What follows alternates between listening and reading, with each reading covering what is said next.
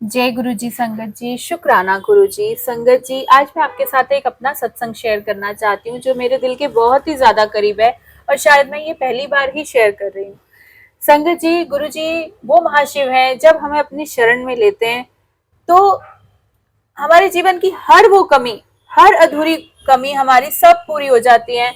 वक्त के साथ साथ ये नहीं है कि गुरुजी मिल जाते हैं तो आपके जीवन में कुछ नेगेटिव होता ही नहीं है, कोई प्रॉब्लम आती ही नहीं है। संगत जी आती है, बल्कि थोड़ा एक टाइम तो ऐसा लगता है कि बहुत ज्यादा आ गई, लेकिन वो ज्यादा ही एकदम से गुरुजी कैसे निकलवा देते हैं। जब तक गुरुजी नहीं मिले होते संगत जी, पता नहीं आज मैं इस चीज को मान रही हूँ कि अगर जब तक गुरुजी नहीं मिले थे हम कैसे जिंदा थे। मेरे बच्चे, मैं, हम लोग कैसे जिंदा थे। गुरुजी तो सांसों से भी बढ़कर है हमारे लिए। संगत जी, मैं आपके साथ सत्संग शेयर करती हूँ आज अपना। मेरी शादी को 15 साल हो चुके हैं और जब मेरी नई नई शादी हुई तो हम दिल्ली गए। वहां पे हमारे सारे रिश्तेदार वगैरह हैं और वो गुरुजी को मानने वाले हैं। जैसे नई नई बहू किसी घर जाती है रिश्तेदारों के यहाँ, आज लंच पे इनके घर, ब्रेकफास्ट पे उनके घर, ऐसे ही मैं गई। तो जब मैं पहली बार गई तो वहाँ पे हमारे जो बड़े हैं उन्होंने बोला कि इधर हमारे गुरुजी का मंदिर है, आप आए हो बेटा नए नए, आपकी शादी अभी अभी हुई है, आप वहाँ मत्था टेक लो। तो मेरा मन वही, हम इंसान है, गंदी सोच है हमारी, तो तुच्छ जीव है हम लोग, तो एक लालच हमारे अंदर ऐसा है कि मैं माफी चाहती हूँ अपने गुरुजी महाराज से कि मैंने ऐसी हरकत करी। गुरुजी ने बुलाया मुझे उस वक्त पे, मगर मैंने अपने हस्बैंड को ये बोला कि अब नई नई शादी हुई है, करोल बाग में घूमूंगी, शॉपिंग करूंगी, यहाँ इतनी बढ़िया बढ़िया जगह है दिल्ली में, मुझे इंडिया गेट जाना है, मैं ज्यादा कहीं घूमी नहीं थी तो मुझे ये सब जगहें देखनी है, तो मैं नहीं जा रही है बाबा जी के यहाँ। वो बोल रहे हैं कि वहां जाने में 3 घंटे लग जाते हैं, 3-4 घंटे वहां से मान के चलो आने। तो मैं कहा हमें घर भी जाना है, ज्यादा टाइम के लिए हम आए नहीं है। तो मैंने ऐसी हरकत करी और उन्हें मना कर दिया कि अगली बार जरूर चलूंगी। संगत जी, जब हम नेक्स्ट टाइम गए, गुरुजी फिर मुझे बुला रहे थे, मगर मैं फिर वही बेशरम प्राणी, मैंने फिर से मना कर दिया। फिर मैं तीसरी बार दिल्ली गई और तीसरी बार जब हमारी वो बीजी जो बड़ी उम्र की हैं उनके पास में गई, उस वक्त तक मेरे जीवन में कुछ परेशानियां शुरू हो चुकी थी। मैं अपनी शादीशुदा जिंदगी से मतलब एक तरह से खुश नहीं थी, मैं बहुत अधूरा फील करती थी। और जब मैं वहां गई तो उन्होंने मुझे बोला कि आप बेटा परेशान लग रहे हो, इस बार तो आप गुरुजी के मंदिर चलो और प्लीज चलो, मेरे कहने पर चलो। और अगर आप नहीं चल सकते, इस बार आप पे टाइम ज्यादा नहीं है, तो आप इतना सा काम करो कि ये 3-4 गुरुजी के स्वरूप लगे हुए हैं, इनमें से कोई एक स्वरूप जो तुम्हारा दिल करे वो आप ले लो। और उसी के नीचे मंत्र जाप लिखा हुआ था, ओम नमः शिवाय शिव जी सदा सहाय, ओम नमः शिवाय गुरु जी सदा सहाय। ये आप स्वरूप ले जाओ, बस इस मंत्र को पढ़ लेना, बाकी सब उन पे छोड़ देना, तुम्हारी सारी प्रॉब्लम्स दूर हो जाएंगी। संगत जी, मैं परेशान तो वैसे ही थी, मैंने बेमने से, मैं सच बोल रही हूँ गुरु जी के सामने, मैंने कोई इस भाव से वो स्वरूप नहीं लिया कि मैं इनको बड़ा मानूंगी या इनमें मेरी बहुत आस्था उमड़ चुकी है या मुझे बहुत विश्वास हो चुका है कि ये कुछ करेंगे मेरे लिए। मेरे मन में ऐसा कुछ भी नहीं था। फिर भी मैं उनकी बीजी की खुशी के लिए मैंने वो स्वरूप वहां से लिया और मैं अपने घर ले आई। घर लाकर वो स्वरूप मैंने अपने बच्चों के कमरे में, एक छोटा सा, इतना बड़ा सिर्फ लकड़ी का मंदिर दीवार पे टांगा हुआ था, उसमें सारे भगवान जियों की छोटी छोटी सी मूर्तियां थी, वहीं पे मैंने उनको किनारे करके इन गुरुजी को भी मैंने वहां पर स्वरूप को लगा दिया। और मैंने यही बोला कि बस आप भी यहाँ पे बैठ जाओ, जैसे ये बैठे हैं वैसे आप भी बैठे हो। मैंने कोई अपने अच्छे भाव नहीं दिखाए, कुछ नहीं दिखाया, क्षमा करना गुरुजी महाराज। उसके बाद मेरे जीवन में कुछ प्रॉब्लम्स बढ़नी शुरू हुई और ज्यादा, मैं बड़ी बेचैन हो गई। और मेरी आदत थी कि दोपहर में बेटी को सुलाकर, जब हस्बैंड गए होते थे तो मैं ब्लूटूथ लगाकर गुरुजी के सत्संग सुनने शुरू हो गई। पता नहीं क्या गुरुजी ने मेरे अंदर ऐसे बदलाव करे, मेरे जीवन को पूरा बदलना शुरू करा। वो मेरा पहला वक्त था जब गुरुजी मुझ पर काम कर रहे थे, जो मुझे समझ नहीं आ रहा था।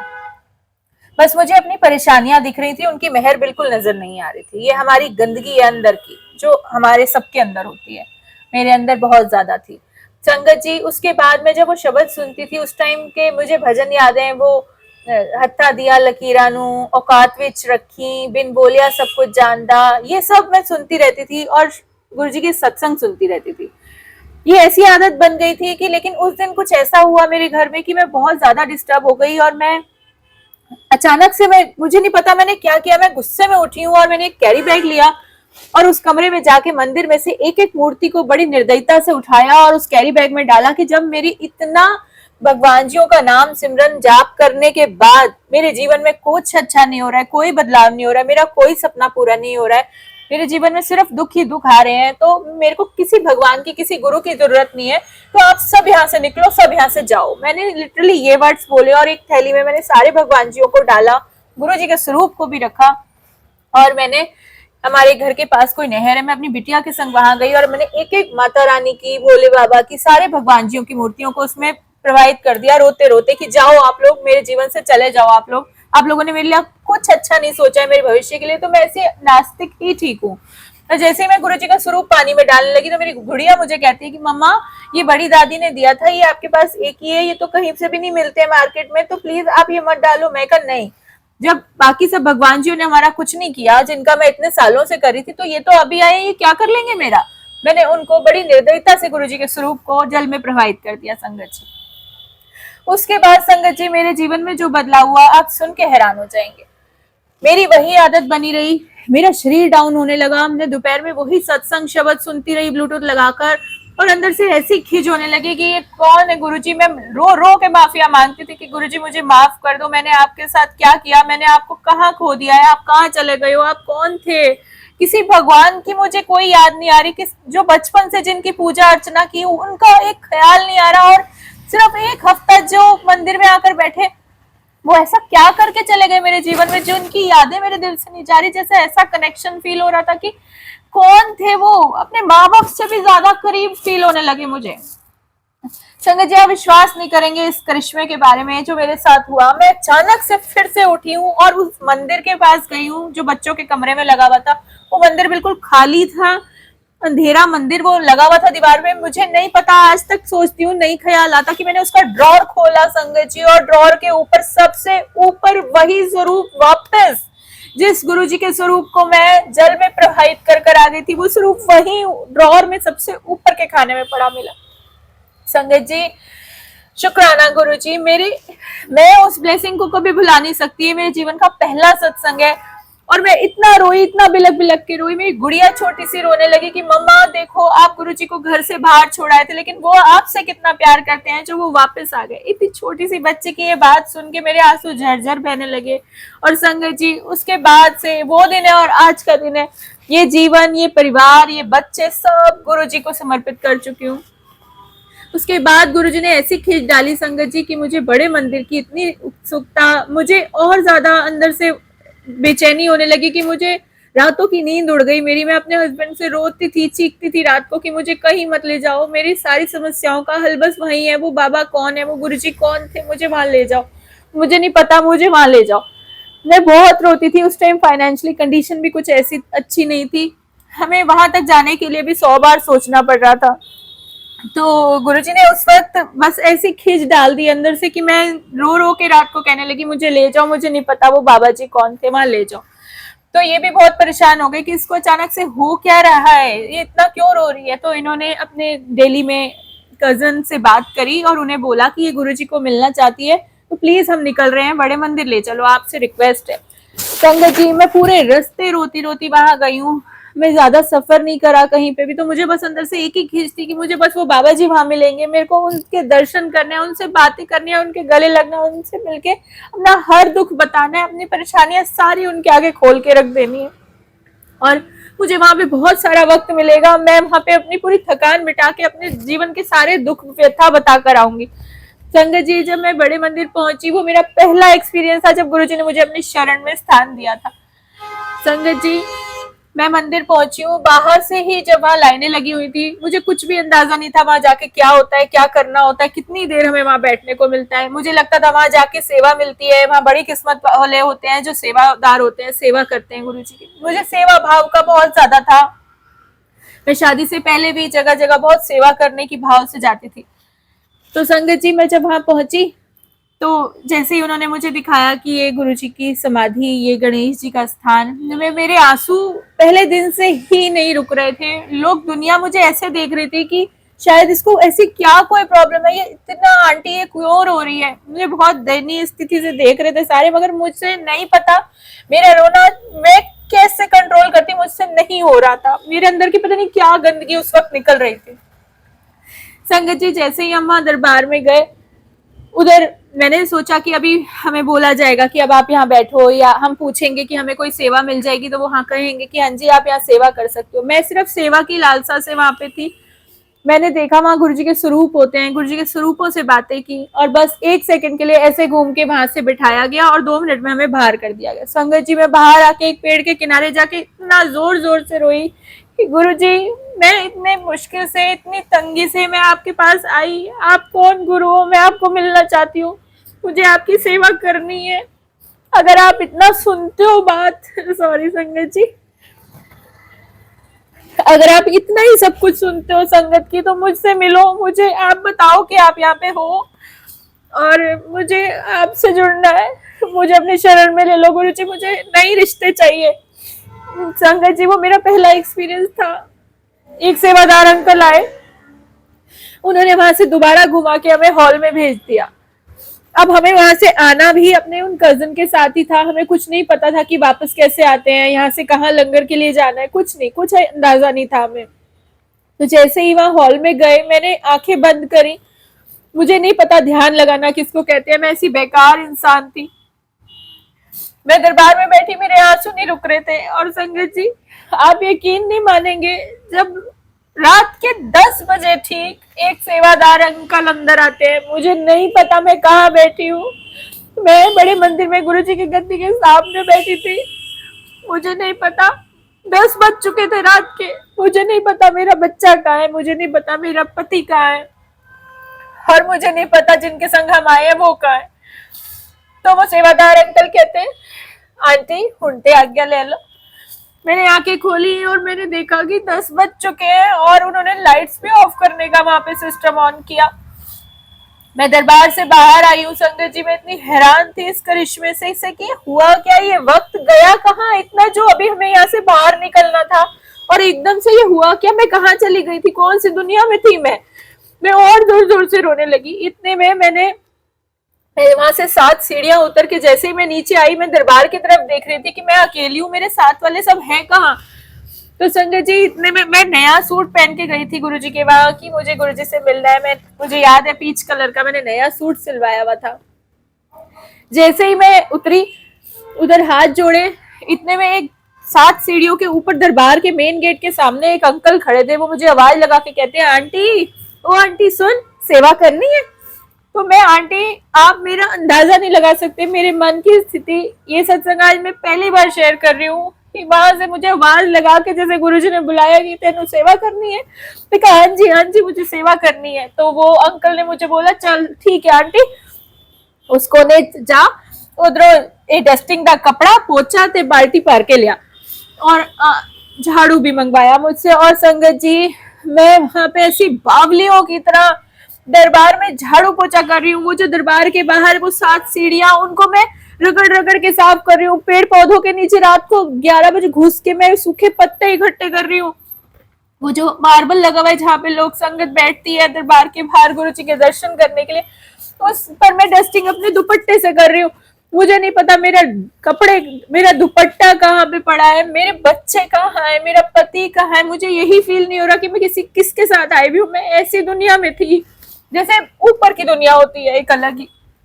संगत जी, रात के 2 बज गए मुझे वहां पे सफाइयां करते वक्त, झाड़ू पोछा डस्टिंग सब कुछ किया। उसके बाद अंकल आए, उन्होंने मेरी हालत देखी कि मैं इतनी मैली और अपने कपड़े सारे भीग गए। तो अंकल कहते हैं, हुंटे रज हो गई आंटी। मैं कहा हाँ जी, बहुत शुक्राना गुरुजी का। उन्होंने बोला, और सेवा करनी है ते जा उधर समाधि दे कोल भी पोछा मारिया। ते मैं उधर गई, मैंने पोछा भी नहीं उठाया संगत जी, मैंने अपने दुपट्टे से वहां समाधि के चारों तरफ डस्टिंग की। और वो नजारा रात के 2 बजे का, मैं बड़े मंदिर में सफाइयां कर रही हूँ। और जब बिल्कुल सेवा खत्म हो गई तब मेरी गुड़िया मेरे पास भाग कर आई। मैंने कहा, बेटा आप कहाँ पे थे? तो कहती है, मम्मा हम तो जब यहाँ पे आए थे, कोई अंकल आए, उन्होंने बोला आपको सेवा करनी है। मैंने बोला हाँ जी हाँ जी। तो वो कहते हैं, आपकी यहाँ पे दरबार पे खेलने की सेवा है। तो 2 बजे तक बच्ची रात को वहां पे दरबार में खेल रही है।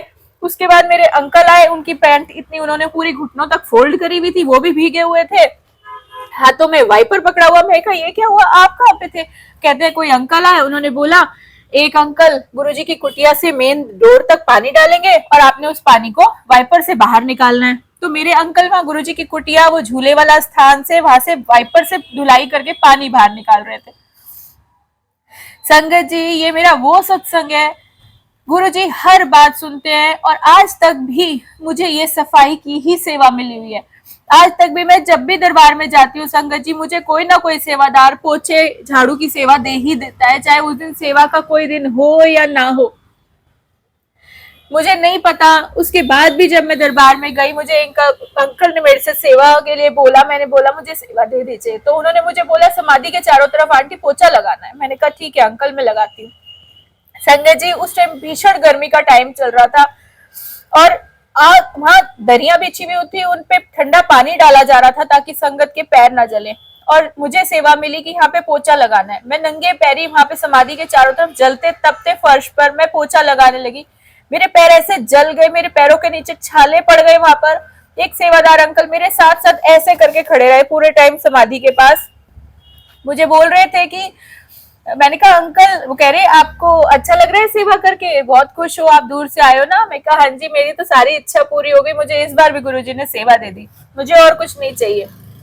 संगत जी, तो वो अंकल वहां से जा ही नहीं रहे थे, तो मुझे बड़ा अजीब सा लग रहा था कि मैं सेवा कर रही हूँ। अंकल को बोला आप साइड हो जाओ अंकल, मैं अच्छे से पोछा कर लूंगी, यहाँ पे मैं सारी सफाई कर लूंगी अंकल। तो इतने में भजन चलता है कि दूरों चल के मैं तेरे दर आई हूं, मेरे उत्ते मेहर करी। तो वो अंकल कहते देख ले आंटी, तेरे वास्ते ते गुरुजी ने गाना भी तेरे वास्ते चलवा देता है। मैं कहा हाँ जी अंकल, बहुत बहुत शुक्राना। मेरे को कुछ नहीं समझ आया वो अंकल कौन थे। वहां पे दरबार में गुरुजी की समाधि के चारों तरफ लड़ियां लगी हुई थी, लाइट्स, और मैं वो गाना भजन सुनते सुनते गुरुजी में मग्न होके मैं झलियों की तरह वहां पे, मुझे बिल्कुल मंदिर में जाके मुझे नहीं पता होता मुझे कौन देख रहा है, बस मैं रोती हूँ बहुत रोती हूँ। मुझे नहीं पता मेरे को कौन देख रहा है, मेरे बारे में कोई क्या सोच रहा है, मुझे किसी से मतलब नहीं रह जाता।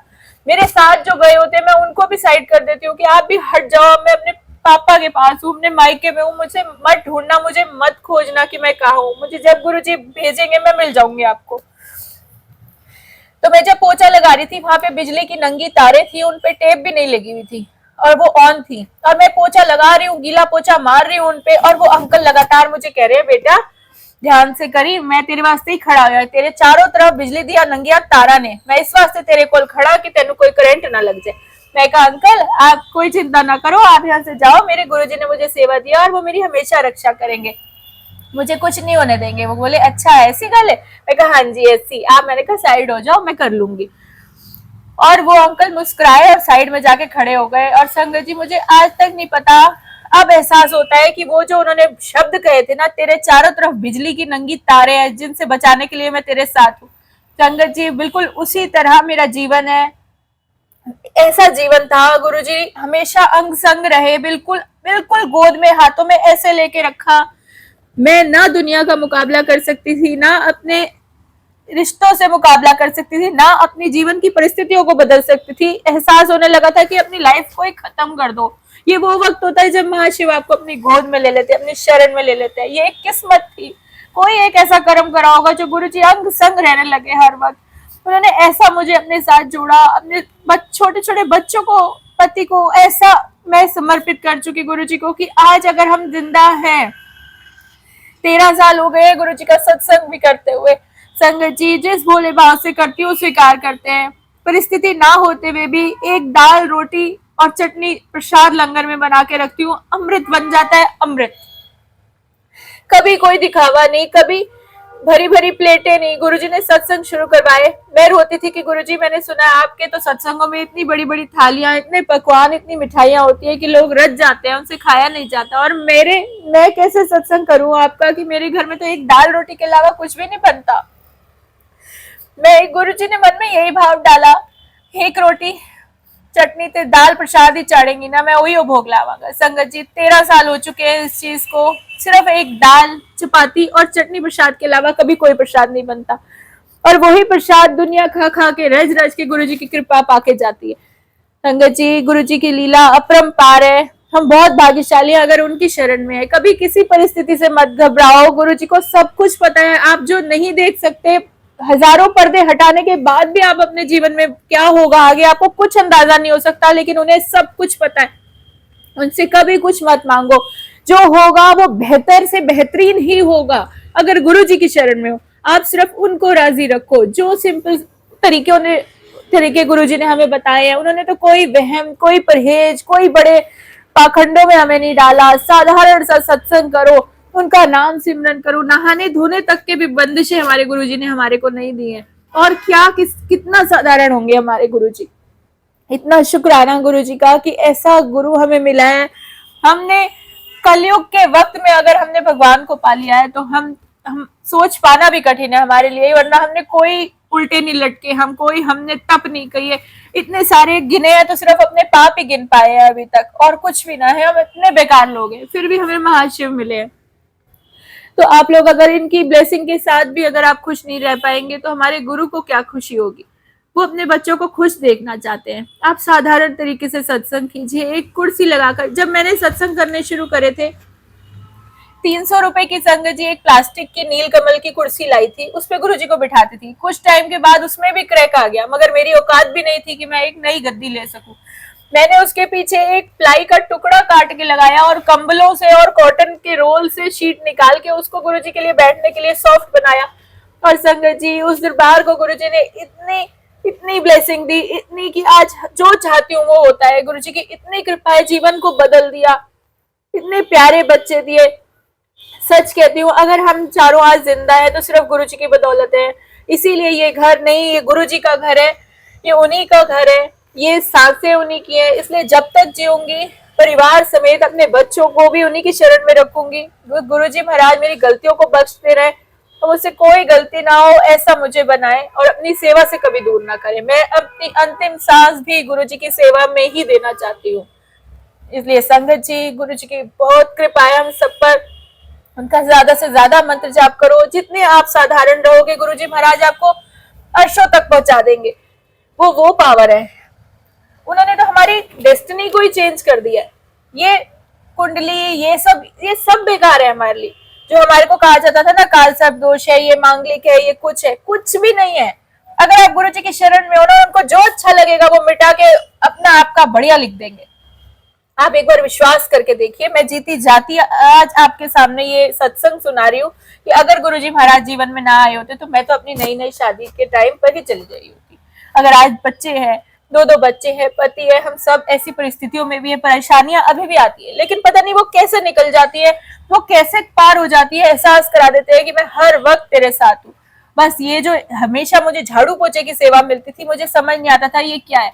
ये बहुत सी मेरी गंदगी भी मिटाई है। और लेकिन सत्संग करा करा के, सेवा करा करा के गुरुजी ने जो लोगों के अंदर की भी गंदगी साफ करने का काम मुझे दिया है ना, मुझे जो दरबार का स्वीपर बनाया, ये मेरी किस्मत है। और वही स्वीपर बन के मैं आज भी रहना चाहती हूँ, जीवन भर रहना चाहती हूँ कि अगर समाज की गंदगी कोई दूर करना है, उनके भावों को ही बदलना है, अपने गुरु की बढ़ियाई ही करना है, तो इससे बड़ा तो और कोई मेरे लिए काम नहीं हो सकता। संगत जी, मैं अपनी परेशानियों से जब घिरी, जब परेशान हुई, मैंने नौकरी ढूंढी, मैंने हर काम करने की कोशिश की, मगर मेरे गुरु ने मुझे अपने चरणों से दूर नहीं होने दिया। मैं उस काम में कभी सफल नहीं हो पाई। लेकिन अब ये प्लेटफॉर्म मुझे ऐसा दिया है गुरुजी ने, जिससे मैं उनकी वडियाई, वही सेवा आगे बढ़ाना चाहती हूँ, जिसमें मैं आपकी मदद चाहती हूँ। आप लोग चैनल को जरूर सब्सक्राइब करें, सत्संग को आगे शेयर करें और सारी दुनिया में गुरुजी का गुणगान करें। गुरुजी सर्वदा भला करेंगे, सर्वदा भला। कोई रोग, बीमारी, दुख, परेशानी हमारे गुरुजी के आगे कुछ भी नहीं है, कोई औकात नहीं है इन चीजों की। एक चंदन का तिलक और गुरुजी का जल प्रसाद और गुरुजी का लंगर प्रसाद, ये बड़ी से बड़ी बीमारियों को मिटाने की ताकत रखता है, हमारी डेस्टिनी को बदल रखता है। तो और क्या चाहिए संगत जी, बस खुश रहिए, मस्त रहिए, अपने जीवन को एंजॉय कीजिए, इसी खुशी को लेके हमेशा चलिए। अपने बच्चों में वही गुण डालिए जो गुरुजी ने आप में डाले। बहुत शुक्राना कीजिए गुरुजी का कि आज हम उनकी शरण में हैं और सेफ है। और हर परले, हर कलयुग की हर बुरी बुराई से गुरुजी हमारे परिवार की ऐसे ही रक्षा करते रहे। मेरे सारे संगत परिवार की रक्षा मेरे गुरुजी महाराज करें। मेरी की हुई अब तक की सारी सेवा का पुण्य मैं सिर्फ अपने या अपने परिवार के लिए नहीं चाहती, मैं अपने सारे परिवार के लिए चाहती हूँ, जो मेरा गुरु परिवार है। सब दुनिया खुश रहे, सारे जीवों को संतुष्टि होने, भोजन मिले, सब खुश रहे, यही मेरी कामना है। और मेरी गलतियों को सभी बख्शें। गुरुजी महाराज अपने शरण में रखना। शुक्राना गुरुजी, अनंतम अनंतम शुक्राना। जय गुरुजी।